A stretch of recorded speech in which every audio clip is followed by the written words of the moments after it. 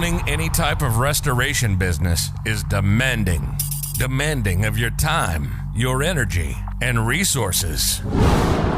And that's why we're here. This is Restoration Domination. If you're a contractor in water mitigation, mold remediation, biohazard cleanup, roofers, or public adjusters, you'll learn how to dominate using some of the techniques and strategies that our guests will share. We'll interview top industry insiders, movers and shakers, hustlers and hackers, and anyone dominating their industry. This is Restoration Domination. Hustle, hack, and dominate. And here's your host, Rico Garcia. What is going on, guys? Restoration Nation, I'm so excited because this is something new. This is something different, and something new and something different from time to time is really exciting. So we are doing, and you are listening to the very first Restoration Domination Legal Corner with our very own Lawyer Britt. Welcome to the show. Thank you, Rico. Very excited to be here. Legal Corner, first one. I know, it's so exciting. So before I kind of get into like what this whole Legal Corner is going to be about, let's just go ahead and do a quick little bio. Tell those that may not have heard about you, that may not be following you on social media, which, by the way, they should. Like who you are, what you do. So my name is Brittany Alexander, known as Lawyer Britt on all social medias. At lawyer.britt, B-R-I-T-T. I am an attorney practicing first party out of Florida, so I help property owners and restoration companies when the insurance companies don't pay enough, which we know is very often. Yeah, way too often. So with that in mind, the whole concept here behind the Legal Corner is to talk about the pressing legal issues. What's new in the industry, what's changing in the industry, how to formulate your contracts properly, and all of these legal questions that we all know as pros, right? Regardless if you're a roofer, general contractor, restoration professional, regardless of what arena it is that you specialize in, we all know that there's always room to be educated on the legal front. Problem is that we just are so concerned about growing our businesses that we really don't dedicate a whole lot of time to go out of our way and, get this information that we need. So Rico had this brilliant idea to bring the attorneys to you. So I'm really excited because we're going to be covering a lot of stuff. I mean, we're, Britt and I were just off of, I'm going to lovingly call you Britt from now on, just so you know. Like that's like the thing. So we were talking off camera probably for a good 30 minutes. We did totally like an entire podcast among ourselves because there's so much content. There's so many things that are important, but just don't really get spoken about enough. So basically we're able to dial down to contracts for today. So contracts, and we're talking about basic work order authorizations and AOBs and, the pros and cons to both. So with that, kind of dive in. Like, what are your initial thoughts when I'm thinking, hey, what should I be using in my company? Should I be using an AOB, simple work authorization? How should I go about that? Yeah, and I will say that before anybody just clicks out and decides this is boring, don't want to listen, I try to make this as exciting as possible. I know contracts are boring. I know law is boring. I know it's been tough for me even to create content sometimes in the beginning because it's so dry, property insurance. But if you don't have the proper contracts in place, if you don't have the proper provisions, it doesn't matter how much business you bring in, doesn't matter how much your company grows, you're going to end up with a million headaches if you don't have the right things in place. So AOB versus a direction to pay or a letter of protection services contract essentially is... hold on. Before we dive too deep into that, okay. Hold on, because I definitely want people to know this. Also, because we're going to be doing this once a month, this episode is going to be dropping. If you have a question, a very specific question, a unique question, this is going to be a really cool opportunity as well. If you dial 678-TALK to the number 2 us, so that's 678 talk to us, you can go ahead and leave us a voicemail. Just let us know what your name is, name of your company, and just say that you have a question for Lawyer Britt. And what we'll do is we will go ahead and play that sound bit back into the live podcast. Plus, you'll get a really cool shout out, and it'll be a great way for all of us to go ahead and interact. All right, cool. So now that I got that out of the way. Free legal advice. Call us. Give your question. We'll give you a good answer. Exactly. Yeah. Where was I? AOBs versus service contracts or directions to pay. So the main difference, there's really three, but it kind of boils down to two. Obviously, you have the services contract between you and the property owner. So regular exchange, we'll do this work, you pay us the money. Direction to pay says we'll do the work and you, property owner, direct the insurance company to pay this amount for this work when the claim is paid, if a claim is made. Obviously, if you're moving into a direction to pay or an AOB, there has to be an insurance claim. Otherwise, you're just going the services contract route. AOB is an assignment of benefits. So the property owner is literally assigning, giving you part of their benefits, the right to be paid under the policy for certain work and certain damages. They're assigning that right to you. So those are the three different types of contracts. And each contract needs different provisions in them. They have different requirements. There's a statute, there's a law that outlines what needs to be in an assignment of benefits. The best one to use depends on your situation, and we'll kind of get into that in a bit. But the main difference is with a services contract, obviously you're getting paid from the homeowner. With the direction to pay or AOB, you're getting paid from insurance proceeds if there's a claim. With the difference between an AOB and a direction to pay, or direction to pay is also sometimes called a letter of protection, LOP. So the difference between those two is that with an assignment of benefits, you are in charge. Your company is spearheading the ability and the right to get paid. So with the direction to pay, you're kind of waiting on the homeowner. The direction to pay says, hey, when you put in this claim, homeowner, property owner, and the insurance company pays you, make sure they pay this portion to us, whatever your estimate was, whatever your invoice is. And you're waiting on the homeowner at that point. Under direction to pay or an LOP, you're waiting for the homeowner to go get paid. And as we all know, insurance companies love to delay, deny. So when they get denied, when they get delayed, you're waiting on the homeowner, you're waiting on the property owner to actually get paid, to pay you, right? And sometimes, I mean, yes, the homeowners do want the money, but some people aren't working with the right people. Some people don't know that they can take it to the next step, go to litigation if they get denied. You know, it's sometimes difficult for a regular person, a lay person who doesn't understand this world of property damage and insurance claims to go get paid from the insurance company. So you're really waiting on that person. You're waiting on that property owner that you signed the contract with to actually get paid to pay you. You can't really do anything at that point. Yes, there are other steps you can take, like putting liens and whatnot. We'll get to those in a bit, but there's not much you could do in that point, except for follow up with the property owner. Hey, did you get paid? Did you get paid? Did you get paid? You know, asking them to pay you. With an assignment of benefits, if the claim is underpaid or denied for your portion, not for the actual damages that are paid out to the property owner to make repairs, but if there is an underpayment or denial for your services that you performed, you then can go sue the insurance company. You can contact the insurance company. You are then again, spearheading getting paid. So you have like the right and control over when you get paid, how much you get paid, et cetera, versus the direction to pay or an LOP, where you're kind of in the background saying, hey, can you give us an update? Have you gotten paid yet? Have you talked to the adjuster, right? Kind of in the background. You don't have a lot of control in the forefront of the situation. So those are the main differences between all of those contracts. All right. So most people, when they're talking though about the AOB route, one of the things that I hear a lot in conversation is, well, okay, but now, God forbid anything happens and it's just an outright denial. We can't settle this claim. Now I can't go after the homeowner. Like, is that factual? Or is there ways around that? Because really for a contractor, it's about how much control do you really have? Like, obviously that's important because we're kind of familiar with the insurance game. We understand when things should be filed, how often we should follow up. In most cases, a lot of us have either a virtual assistant or an in-house staff person that's kind of all they're doing is just chasing down documents and emails and making sure that a desk adjuster is assigned. The regular homeowner, right? Your average homeowner, they don't, first of all, this is probably their first loss, right? Or they're busy with their own personal lives. They don't want to be on hold for hours on end. So of course, spearheading this is really important. But the big concern for a lot of people is, well, what if this goes totally in the opposite direction and the insurance company, for whatever reason, says, no, we're not paying you, figure it out.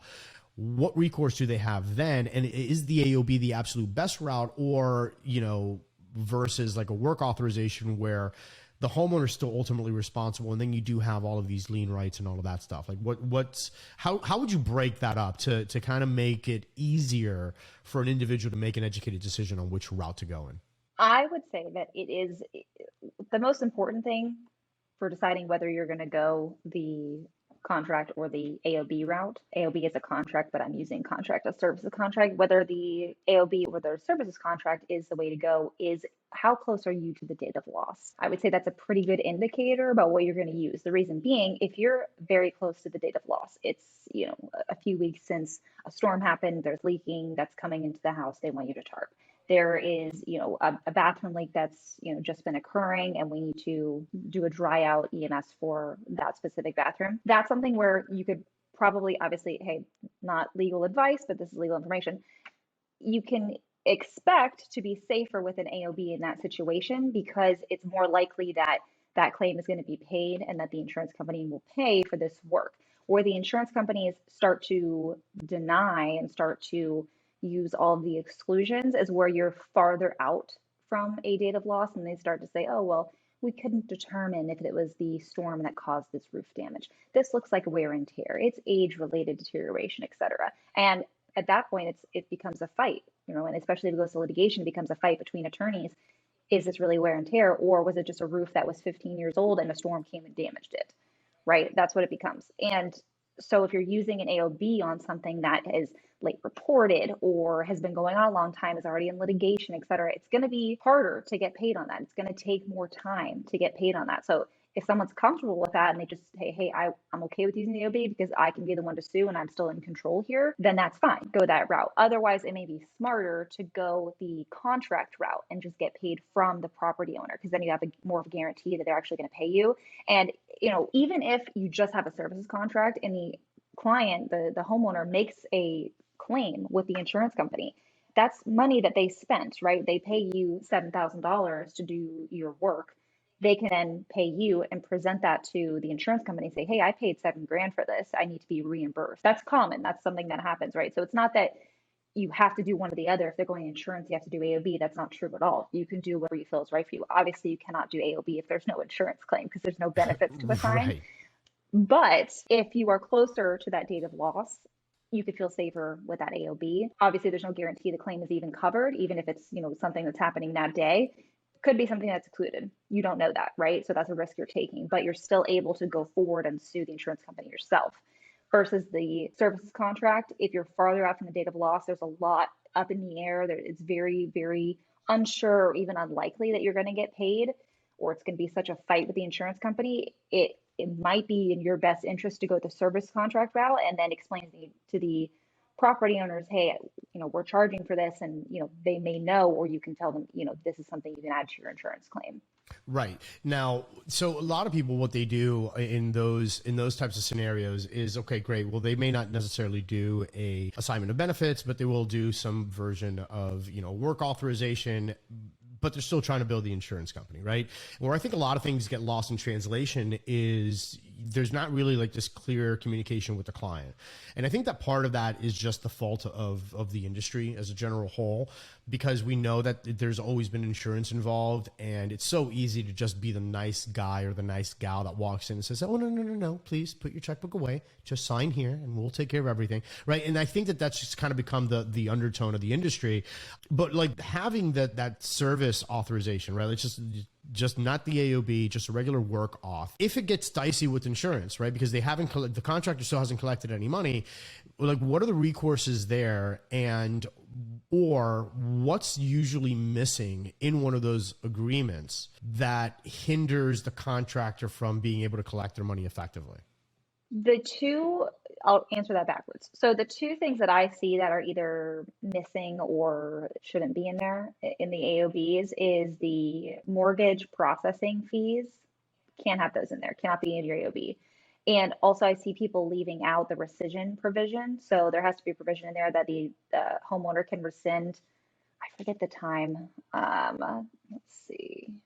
14 days. So your contract has to have a provision saying that the homeowner can rescind within 14 days. Obviously, if you do the work within that time and it's completed, you're still entitled to be paid for your services, but the property owner can rescind that. So I see very many actually in the recent past, people come to me and they want to do work together, and then they show me the AOBs, and I'm like, there is an issue here, right? Because if you don't have those provisions, if you don't have the statute that I'm looking at, so that everybody's on the same page, is 627.7152. Assignment agreements. That's a Florida statute. If you're in a different state, this doesn't apply. You may have a different statute though, so I would look that up. If you don't have those provisions, the AOB is invalid. So that's obviously a problem, because then you don't have that control factor. You still have a contract, you still done work, you still can get paid from the homeowner, you put lien on if you don't get paid, etc. But you don't then have that control over going to litigation, determining when that happens, talking to the insurance company, talking to the examiners and the adjusters, etc. So make sure you have those two things in there, and make sure you have the rescission provision. Make sure you do not have a check or mortgage processing fee, because that's literally, I've worked with insurance companies before. I've defended them before. I spent 2 years representing them. And I know those adjusters, the first thing they do when they get an AOB is they whip out that AOB and they just do a control F and they search for everything to make that thing invalid. That's the first thing they're going to do, is look at your contract and scrutinize it and say, there's a problem here. This is invalid. We're not paying it. Right. And then what are you going to do? Right. So just make sure that those are all in there. Very important. Very important. Awesome. And then on the work authorization side, is there something that should be in those on the work authorization forms, or that should be eliminated on those particular contracts? Like if you decide to go that route?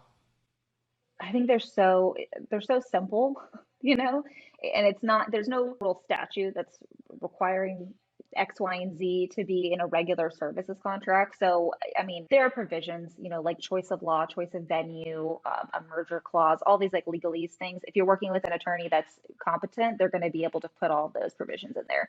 I would say that as the business owner, you're going to want to make sure that it's the correct parties, the correct address, the correct price, so that you have all the information in there to bind you and the property owner to that contract. Right. So kind of talking to contracts and talking about numbers, something that's been a topic of discussion is, Xactimate pricing and then your own individual pricing, and most contracts on the front end really aren't breaking it down, right? It's just, they have this kind of like boilerplate, all these words and all this, statutes and all that stuff. That's great. But something that's been a topic of discussion lately is about actually including, your own specific pricing right from the onset. And this could be in line with Xactimate. So we're not necessarily saying don't use Xactimate pricing. It's not what we're saying, but just make it extremely clear right from the front end that, hey, by the way, these are for example, our labor rates. This is our, fuel surcharges that we charge every single client, right?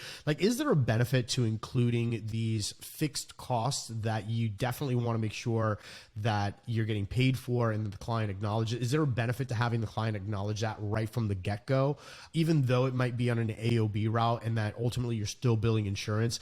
For the contractor, does that increase the possibility of getting what they actually deserve?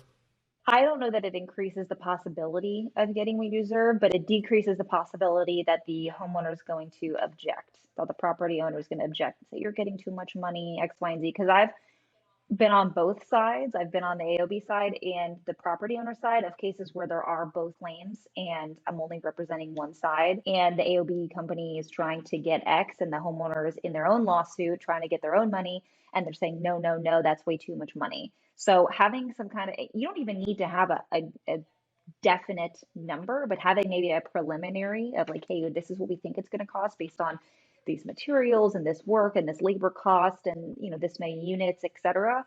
That could be helpful, right? Because then the property owner has an idea in their mind of, hey, this is going to cost about this, and they're not surprised on the back end, right? Nobody likes surprises. Nobody wants to. You don't know what the property owner is thinking in their head that this is going to cost. I've had some old timers that I talk to, and they're like, I can't believe the company's getting over $500, right? I'm like, well, $500 doesn't even pay for one unit. You know what I mean? So that kind of thing, because you don't know what they're thinking. So having that kind of understanding I think is important in the outset, just so you don't run into a problem later on where there's only one set of reserves. You got the AOB claim, you got the property owner's claim, and they're both going at it trying to get money. And the examiner or the attorneys are in the middle saying, well, this is reasonable, this is unreasonable, etc. Yeah, that totally makes sense. And just having an environment that provides clarity on all sides, I think is really valuable. And again, whether or not, this is going to make a difference for the insurer, because you still have a desk adjuster, you still have a claims examiner, you still have all these people and we understand, right, that everybody's got a role to play. They may not necessarily want to pay your entire invoice, right? Even if it's a legitimate line item for line item, hour per hour, everything that you did is the only thing that you're charging for. Again, so their role is to push back a little bit, and that's fine. Like, everybody's got a role to play, but I do think that there's, in the name of clarity, there is a lot of value in just saying, hey, look, our labor rate is X. When we have, DHUs or air scrubbers or this or that, our rate is this per day. And it's simple, right? Because even a homeowner can't then say, oh, well, I wasn't sure how much this was going to cost, especially on equipment, because you could just go around your house and just say, how many air scrubbers, how many blue machines do I have here? Okay, contractor left, 10 of these for X amount of days. So it's like, provides this additional level of clarity. What other issues do you see on contracts that are big, like, oh my God, this is just ridiculous? Is it not turning them in on time? Is it all the time? Yes. The lack of a system to turn it in on time is what I think it is, because you could have the most valid, perfect AOB, great claim, huge job, and then somebody forgets to turn it in, or somebody got everything signed, walked to their truck, put it down on their passenger seat, and then didn't look at it for a week. That's a huge problem, right? I would say that you want to make sure that you're just make it a practice to turn in that day, that same day. Have it where, the last hour of your day is turning in all the contracts, making sure everything is good to go. Because if you say, oh, I've got 3 days to do this, you might run into a problem, right? Don't leave it that time frame. You need to make sure you're turning everything in on time to the insurance company, because after, like I said before, the first thing they're going to do is they're going to look at your AOB, they're going to look at your contract and say, what's wrong with this? How can I get out of paying this on a technicality? If they can't find one, the next thing they're going to say is, what was the timeline here? When were they turning this in? Is there a problem with the timeline, with the dates, with their, how they did things? Right.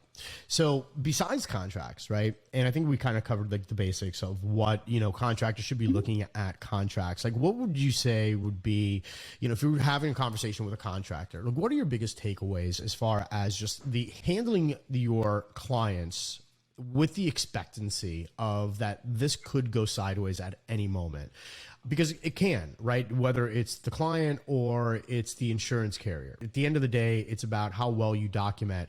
And obviously you see tons and tons and tons of files. So can you just kind of give us a little rundown of both camps? When you see a file and it's just a glorious file, and you're like, oh my God, this is going to be a breeze. This is amazing. I wish that every file was like this. And then what are the other ones that you look at and you're like, what is going on here? So can you kind of walk us through what that should look like on both ends, or what not to look like on one end? Yeah. So a glorious file is obviously organized, put together. You have all your things. You've got your contract, you've got your estimate, you have your photos, you have your readings, you've got your protocols, everything. And you have your communication with the insurance company. If you're on the AOB route and you're like, I need to send this to you send it to an attorney, have your communications already done, like the email or the note of a phone call where you sent the information and where you reported that you had your claim, your AOB work, right? Have the insurance company's response, or if there's no response, put a note, no response. You know what I mean? Have your timeline and your dates in a file, because it's going to take twice or 3 times as long for somebody looking in the file to piece together a timeline. You might know the timeline. You might remember when something happened, but somebody looking at the file is going to have to say, okay, so this letter was sent on this day. And if they don't have that, they don't have the communication date, it's going to be difficult for them to ascertain that anyway. But piecing together versus just having a quick timeline that you or your team put together as the case unfolds is going to be so imperative for just getting started really quickly on that, especially if you need to send a 10-day letter. Something where that is less exciting when we see it, right? It's disorganized. Somebody who just forwards a bunch of emails or says, hey, I can't find this email, I can't find this letter type thing. That's kind of makes me cringe a little bit. Also, like I said before, when there is a administrative or check processing or mortgage processing fee, those can't be in there. So I always hate when I see those things like that. Things like the making sure you're organized, you got the whole thing. And I will say, here's a note, right? Timelines and notes and even notes of your conversations with the insurance company and the adjusters are so invaluable. Even if they don't say much, it can be helpful. And I'll give you an example of how this kind of plays out. And I'll give you an example actually that happened to me during an inspection for a homeowner's claim. So I had an inspection with an engineer with opposing counsel during a homeowner claim. I think it was like a late reported Irma or something like that. And the engineer spent a total of a minute and like 45 seconds in the attic. Like, that's it. This was an enormous house. He spent a minute, and I sat there and timed, and I wrote down all these notes of like, spent this much time here, spent this much time here, on the phone with his wife for 5 minutes, right? And I timed this whole thing out. And then when it was time to depose that person, because eventually everybody who's involved in this file, if it goes to litigation, they get deposed. They sit for a deposition and we grill them on what happened. So I let this guy tell me his whole piece about how his inspections take 2 hours, and he always spends an hour of that on the roof portion. And then I whipped out my timeline and I said, how long did you spend in the attic? Oh, well, usually I spend 15-20 minutes in the attic. My notes say that you spent a minute and 45 seconds in the attic. Would you like to change your testimony? Wouldn't change it, right? And I just went through all of that, because I was present, I was there, I'm literally deposing him, like, this is not right, your timeline isn't right. And eventually, we settled that case because they didn't have an expert. Like, their engineer was completely useless.